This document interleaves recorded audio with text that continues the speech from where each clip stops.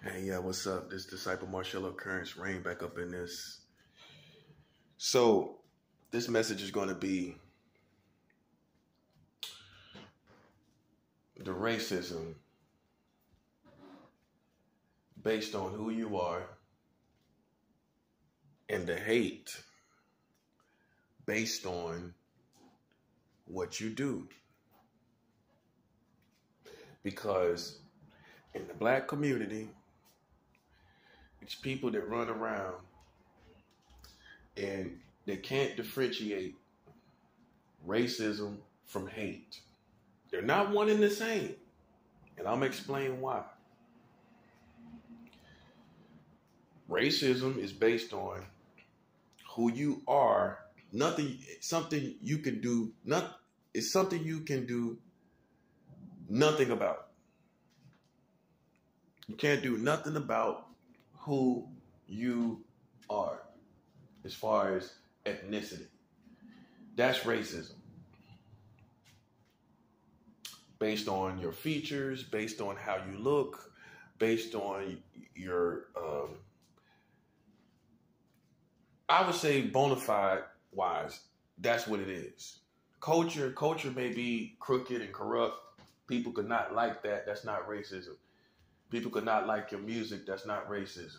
People could not like overall your culture. That's not racism. Racism is based on just, I see you and I hate you. That's racism. Now, hate is something that you can bring on yourself. You can bring hate on yourself no matter what color, you being a human being, no matter what color you are, you can bring hate on yourself, right or wrong. And you bring hate on yourself based on what you do. How you treat others, the games, the operations that you think no one knows about, that we know about. That can bring hate on you. That can bring hate on your people. And unfortunately, most people that hate a particular race without racism, it ain't racism, it's hate. Now, they may have had a bad experience with your particular race. And now, because of what has been done to them, not because of features of your face, not because of how your ears look, your nose look, because of what your race has done. This brings on hate from a particular people. So there are people that are racist towards black people, and there are people that hate black people for what they do. You see the difference? There are people that are not racist towards white people. They hate white people for what they do. Here in America, white Americans. So with me, it's not racism. It's for what you do. It's for what you're doing. Yeah, like nobody don't know better. Yeah, it's for what you're doing. The little sneaky stuff, the little Mickey Mouse stuff that you're doing. Running around like a little rat like nobody don't know. Yeah, that's what we hate. And I can show you in the Bible where it shows that God hates certain things. I know you don't want to hear this. I know you think it's impossible. But it is in the Bible where God hates certain things. So if God, my master, my Lord, the almighty being, hates, then who am I? I'm a human being. I hate certain things too. And if you're real with yourself, you hate certain things as well. You're not full of love. You can fool people, but you can't fool smart people. You full of hate too.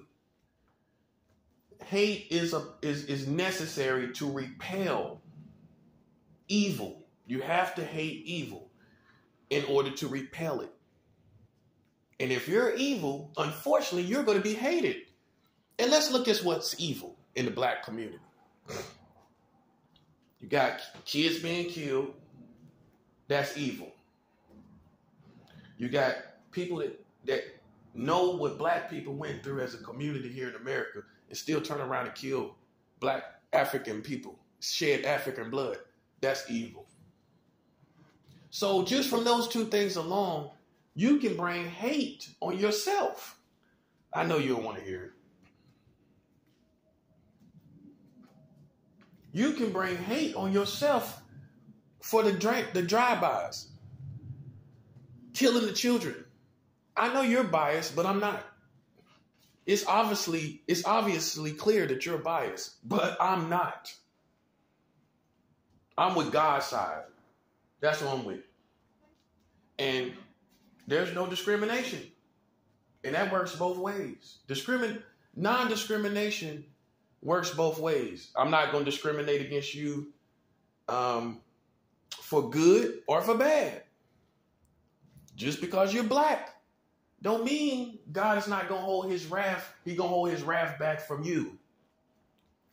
God will give you wrath as well. Right or wrong. So who am I to sit? You see what I'm going with this? To sit back and ignore everything you do and expect you to have no repercussions. You're a human being just like I am.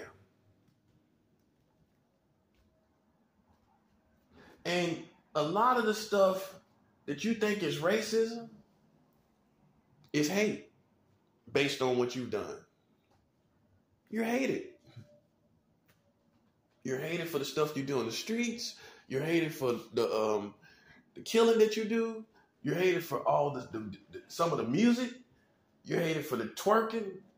You're hated for the filthy dancing. You're hated for a lot of things that you have overlooked because you've been biased for so long. Because of racism here, you've been biased. I'm going to say that again. Because of racism here in America, you have been biased to protect yourself. In other words, all these white people that don't like you are racist towards you. You feel the need to protect and overlook everything that your community do. Pretty much. And now the time has come for us all, including your community, to pay for the things we've done. You're not going to be sitting up on some mountain while the rest of us suffer for our sins. That goes for black people, that goes for white people. You're not going to be sitting propped up on some mountain while we're all going through judgment.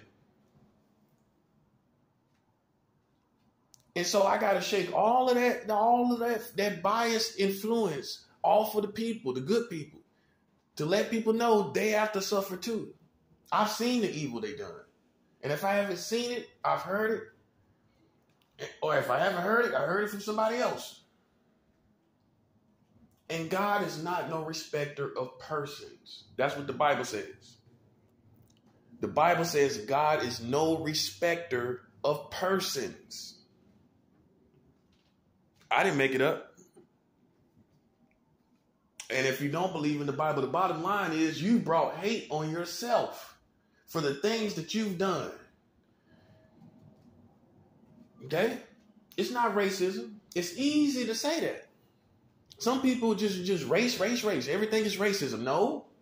Let's look closely. Let's examine what's going on in the black community. The gangbanging, the killing each other, hating each other, brings on hate too. Yeah, you hate somebody, they hate you too. That part. So let's stop acting like you an angel doing nothing wrong, because we know that's far from the truth. And if that's far from the truth, that's obviously going to bring correction, constructive criticism, and downright hate. You're not innocent. You're not innocent. You're not an innocent community. Shake yourself and realize that. You may be biased to the end, but you're not innocent, though. You're not innocent. Killing kids, you call that an innocent community? Drive-by shooters killing each other, spilling African blood, you call that an innocent community? With kids dying at your hands, you call that innocence. That's a whole culture. That's a whole community doing that. Not a sprinkled couple few up here in New York in the big city. It's not a big city thing, by the way. All these little towns, the black community acting like they New York and Los Angeles. They want to emulate New York and Los Angeles. All in the black people in these little towns, they doing crazy stuff, and they ain't got no need to do crazy stuff. It ain't even like that in their city. And yet, there they are, doing the same crazy stuff you see in New York and Los Angeles. It comes a place and time where correction is necessary and rejection is necessary. It comes a place and time. And see, now that we're coming to the end of times, everybody is getting a judgment. Judgment is coming to everybody,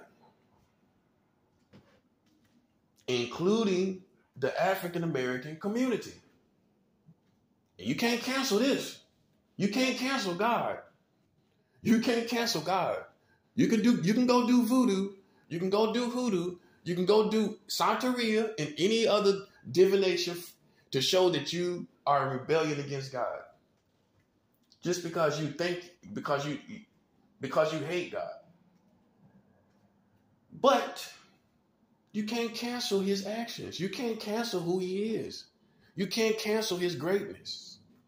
Like you cancel these individuals who speak the truth about you in your own community. Yeah, you can cancel them, but you can't cancel God's. You can't cancel God's actions. The time has come. Oh yeah, because you've become like the white man. You don't want to hear it, but you have. You're haughty. You're proud. You're narcissistic. That's what racism these white people were. You're narcissistic.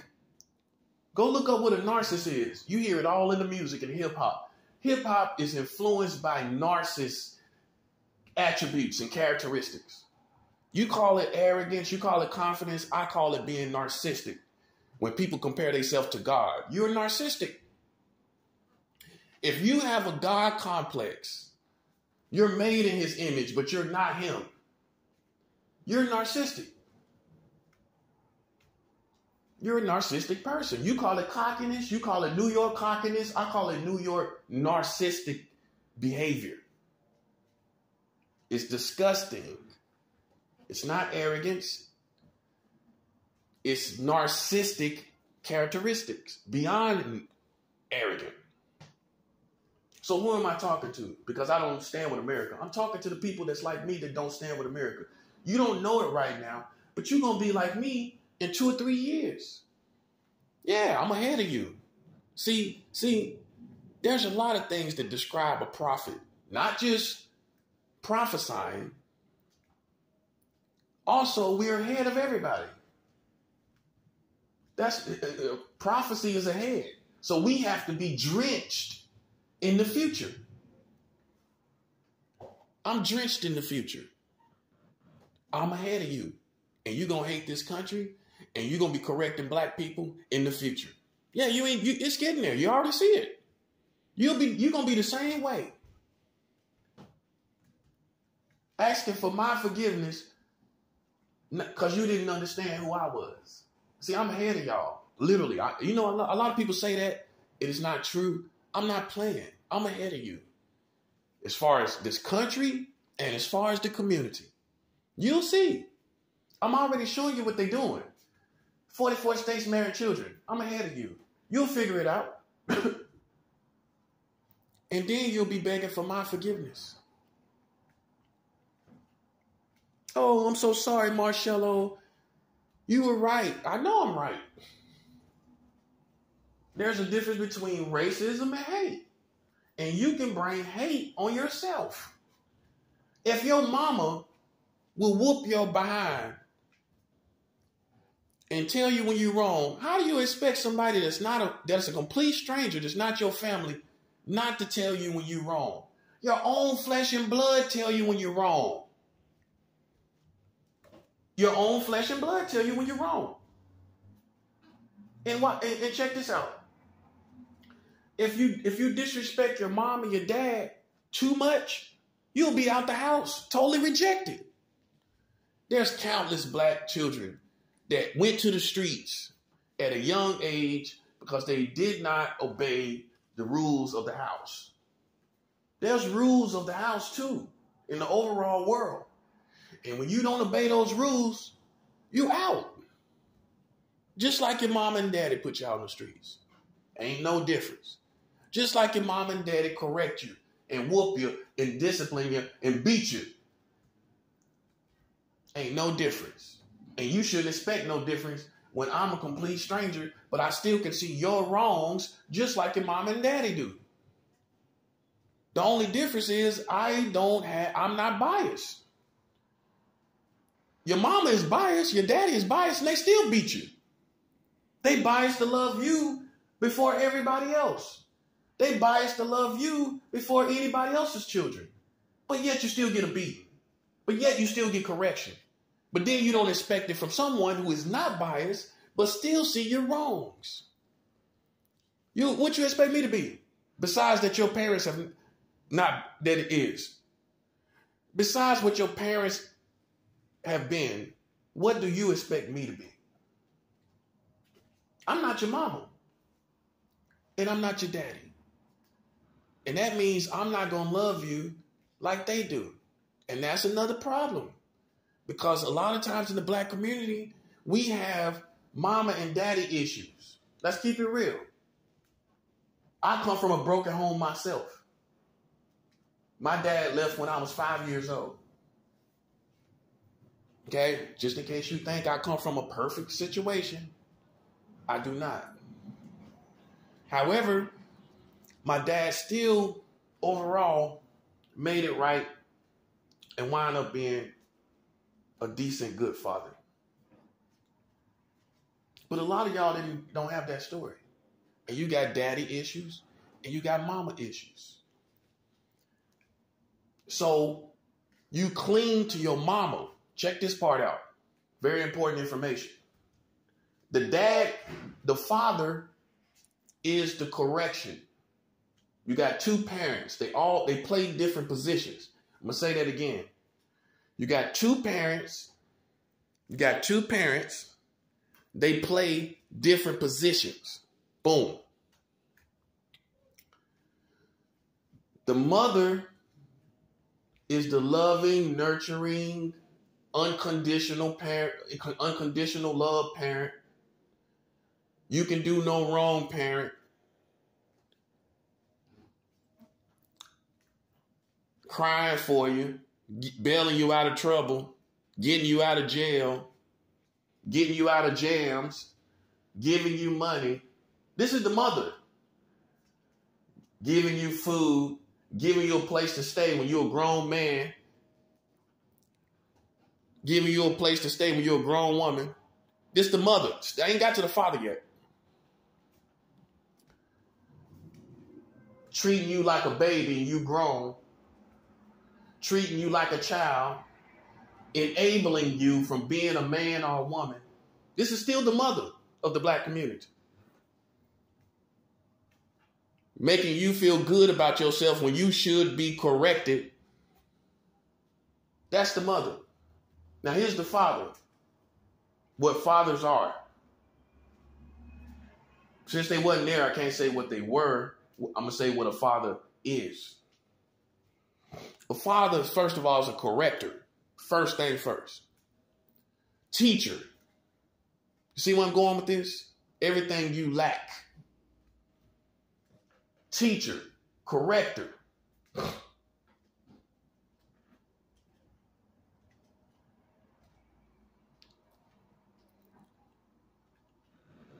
Tough love. Not unconditional love. Telling you how it is, as opposed to how you want it to be.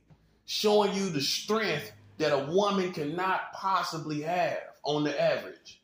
You could say a mom has been a mom and a daddy, but on some real stuff, it's some parts of a man a woman cannot be.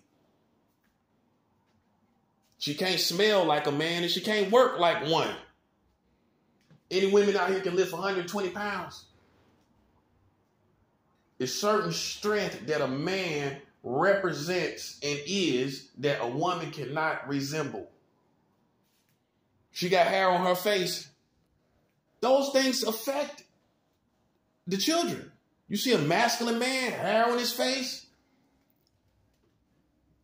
That's strength. Strength that the children can draw on. You see a strong man, you get inspired and influenced by that. But if you have only an unconditional parent, a mother, unconditional love, telling you everything you want to hear, no sense of masculinity, by the time you get to me, it's going to be one way or the other. You're going to see what you've been missing, or you're going to resent what has never been in your life in the first place. Telling you, a daddy going to tell you just how it is. And if you push him, he going to reject you. A daddy is quicker to tell you, get out my house. Right or wrong. A man ain't taking no foolishness. A man is not taking no foolishness. He going to tell you to get out. Don't come back. A woman sit there and cry, argue with your mother, sit there and cry, argue with your unconditional love, and you need to be out the house so you can become a man or a woman. You need that. And that's what the father is figuring in his mind. I'm doing you a favor. I'm making a man out of you. Yeah, you can't be made a man in my house, then you're going to be made a man out there. And if you don't make it, then you're going to die a boy. Or you're going to die a girl. Simple as that. Ain't nothing wrong with that. There's nothing wrong with that. You can't obey a man's house, then you get out. You go pay bills somewhere. You go pay bills somewhere else where you can run the house. And that's another problem in the black community. Children trying to run the house. Talking about you grown. If you grown, get out and get your own house. You so grown. You ain't grown in your parents' house. By the way, you are a son or a daughter in your parents' house. That's what you are. You fully grown talking about, I'm a man. Fully grown talking about, I'm a woman. Well, won't you go on out there and get your own situation? Yeah, this is necessary. This is not because I'm angry. This is because it's necessary. It's time to clean house, and the problems and the hang-ups that you have started at home. You ain't have no daddy, you can't take no correction. Everybody's racist that's telling me something right about myself. That's the punchline. That's the punchline. That's the punchline. Everybody, they racist. They trying to correct me. They telling me like it is. It's tough love. That's racism. Because you ain't never had no daddy to tell you about yourself. All you had was one side, and me too. Me included. And you know how I became a man? Getting out here on my own. I left home when I was 18. I left my mama's house when I was 18. Now, maybe I went back or something happened. But the bottom line is I weaned myself from my mother. That's an event, by the way. That's an event. You can't wean yourself a million times. When you leave your mom's house, it's an event. It's a weaning process. You coming from from under your mother's breast. When you do that, some of y'all might cry like a baby because it's real. And some of y'all have not been properly weaned from your parents and your mother. So guess what? You expect everybody to love you like your mama love you. I can't make this up, because guess what? You didn't have no daddy. So you don't understand correction in the form of a man. You don't understand correction at all, actually. Because what I believe, if a mom was enough, then that's all would have been made. A mother plays a position and a father plays a position. They're not the same. They're not one and the same. Women and men are not even one and the same. How are they going to be the same kind of parent? You got a male parent and a female parent. There's no way they're the same. Their parenting is not the same, in other words.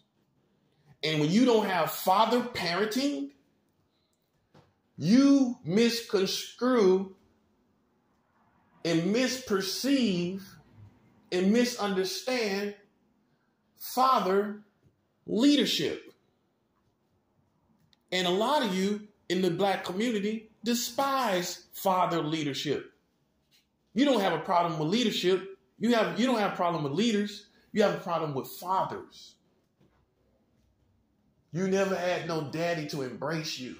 You never had no daddy to really embrace you in a masculine way. I'm not your mama. I'm not a female, first of all. I don't have unconditional love. My love is based on conditions. I'm not a female. I'm not going to love you like a mama. I'm going to love you like a daddy. You can't obey the rules of the house, you got to go. And if you try to fight me, I'm going to take you out. You can take that how you want to take it. But I guarantee you, you ain't going to hit your father in the face. I guarantee you, if you black, you fight your daddy, you might not make it, buddy. You might not make it. Because you're a child that he brought into the world. He's on a whole different level. He's seen you from the very beginning. You might not make it. It's just too much disrespect with that you can't understand. Somebody seen you born in the world, come from them, and you turn around and punch them? That's too much hurt feelings. That's too much hurt feelings right there. You might not make it. So that's what we have, a problem. People, as soon as you start talking to them on a man level, as soon as you start talking to the black community on a masculine man level, want to talk about men? Let's talk about it. Want to talk about what it is to be masculine? Let's talk about it. It's a lack of it in the black community. It's a lack of black masculine leadership in the black community. You got women in the church, you got women everywhere, and you have no black masculine leadership substantially.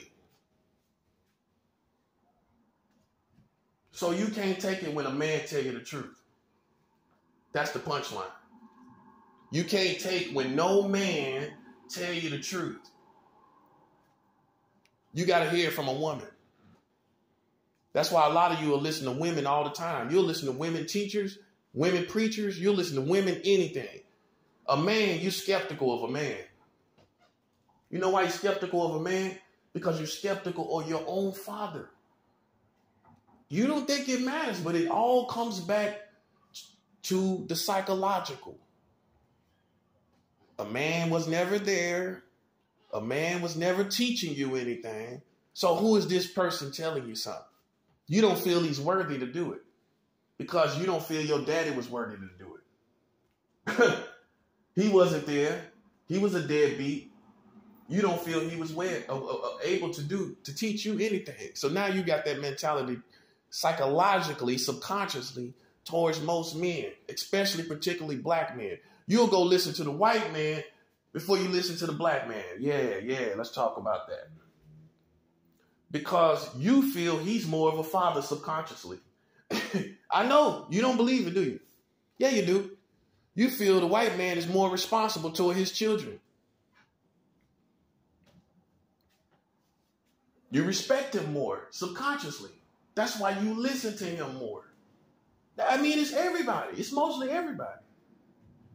But when the black man starts talking, you don't feel the need to respect it. That's in your psychological subconscious. You don't realize it is. And you have more respect for the white man because you know he takes care of his kids for the most part, and you see that he provides for his children for the most part, and subconsciously you will respect what he has to say. Keep it at 100. This is how we're wired. So in other words, if you never heard too much about no broken homes in the white community, you're going to be more respectful for the white father or a white male telling you anything. If you see nothing but broken homes and nothing but fathers that didn't really do anything in the black community, subconsciously seeing these images over and over again, this is how brainwashing even works. The same repetition. So if you see something repetitiously over and over again, it produces a certain perception and image.